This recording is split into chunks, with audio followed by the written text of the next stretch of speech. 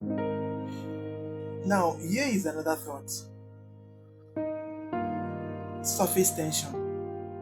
Many years ago in school, I learned in physics about surface tension, and you remember that in surface tension, there is usually a cohesion of water molecules at the base of the water, causing a tension at the surface of such water contents, right? Something like that. And it is this surface tension that allows certain objects that have higher density than water to somewhat stay afloat without sinking. Because usually any object that has higher density than water is meant to sink, right? So if at all there are other objects that are meant to stay afloat, it should be objects that have lesser density. For example, maple leaf. You know maple leaf, right? Something like that should have the capacity of staying afloat because it has a lesser density than water. But it is surface tension that allows other objects that ordinarily have higher density than water to stay afloat instead of sinking. But there is, however, a practice or something that could make such objects that have higher density than water to sink and not to float. This happens when that object with higher density than water is forcefully thrown on the water. It will sink.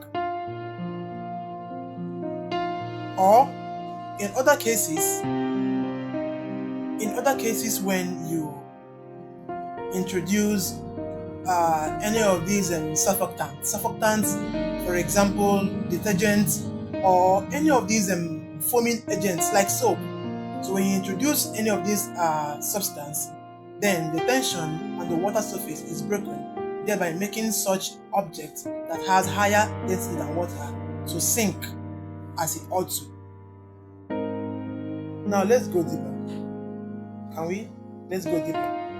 Just as the illustration on surface tension explained earlier, we as humans, there are so many loads, so many weight of worries, burden, and temptation, as well as insatiability that has made us highly dense, deserving to sink. But then on the other hand, there is the God factor. That God factor has kept us afloat, preventing us from sinking. But you know one thing? That tension at the surface that has kept us afloat, that is the God factor, can be broken the moment we begin to force ourselves on the water, just as the illustration above said. We can begin to sink literally the moment we begin to introduce or allow surfactants. It is safe to say, to call them suffocators in a time like this. We'll begin to introduce surfactants into our lives to change our nature, just the same way soap or foaming agents change the nature of the water.